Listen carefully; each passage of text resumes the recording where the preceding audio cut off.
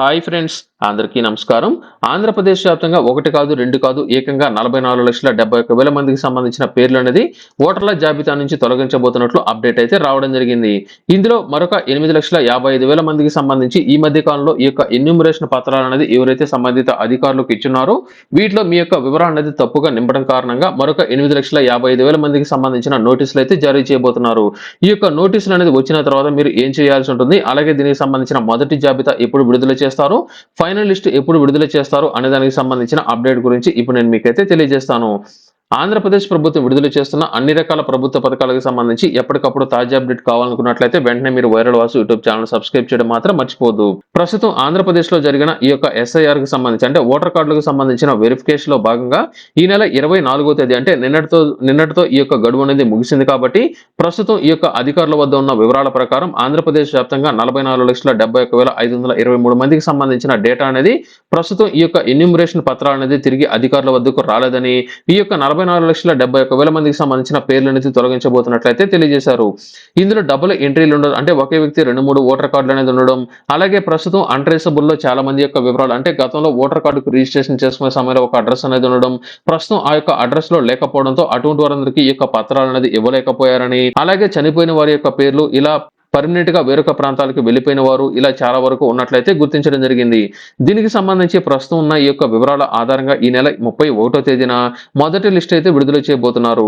ఇందులో ఎవరి పేర్లు అయితే ఉంటాయో అటువంటి వారందరికీ సంబంధించి కొత్త లిస్ట్ లో మనకు పేర్లు అనేది అయితే రాబోతున్నాయి. ఒకవేళ అందులో మీ యొక్క పేరు అనేది లేకపోయినా లేదా ఏదైనా సరే తప్పులు కనుక ఉన్నట్లయితే జూలై 31వ తేదీ నుంచి ఆగస్టు 30వ తేదీ వరకు ఓటర్లకు సంబంధించిన అభ్యంతరాలు తెలుపుకునే అవకాశం మనకైతే ఉంటుంది.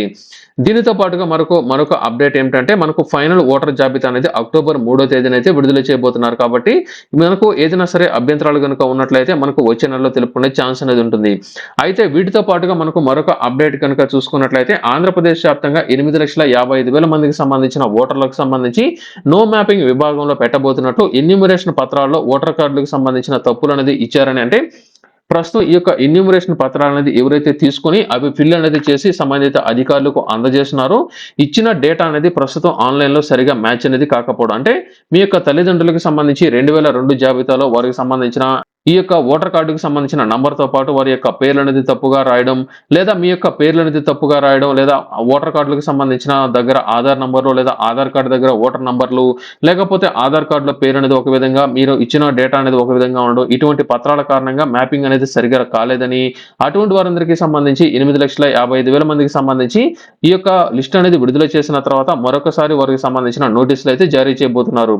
ఈ యొక్క నోటీసులు తీసుకున్న ప్రతి ఒక్క లబ్ధిదారుడు ఖచ్చితంగా 11 రకాల పత్రాల్లో ఏదో ఒక డాక్యుమెంట్ అనేది చూపించి మీరు మ్యాపింగ్ అనేది చేసుకున్నట్లయితే ఫైనల్ లిస్ట్ లో మీ యొక్క పేరు అనేది రాబోతున్నట్లు అధికారులు అయితే తెలియజేశారు. ప్రస్తుతం ఆంధ్రప్రదేశ్ వ్యాప్తంగా నెల్లూరు జిల్లాలో 2,90,000 మందికి సంబంధించిన ఓటర్ల జాబితా అత్యధికంగా తొలగించబోతున్నట్లు, తర్వాత తిరుపతిలో 2,87,000, కడపలో 2,44,000, విశాఖపట్నంలో 2,31,000 ఈ విధంగా ఉన్నట్లయితే గుర్తించడం జరిగింది. మిగిలిన అన్ని జిల్లాల్లో 1 నుంచి 2 లక్షల వరకు ఈ యొక్క డేటా అనేది ఉన్నట్లు ప్రస్తుతం అప్డేట్ అయితే రావడం జరిగింది. మనకు ఈ నెల 30వ తేదీన విడుదల చేసే లిస్ట్ అనేది త్వరలో నేను మీకైతే తెలియజేస్తాను. ఏ విధంగా చెక్ చేసుకోవాలి అనే దానికి సంబంధించి ప్రస్తుతం మాత్రం 44,71,000 మందికి సంబంధించిన ఓటర్ కార్డులు అనేది అయితే త్వరలో తొలగించబోతున్నారు. అలాగే మనకు ఈ యొక్క ఓటర్ కార్డుకి సంబంధించిన మరికొన్ని అప్డేట్స్ కి సంబంధించి త్వరలో నేను మీకు మరొక వీడియోలో నేను మీకైతే తెలియజేస్తాను.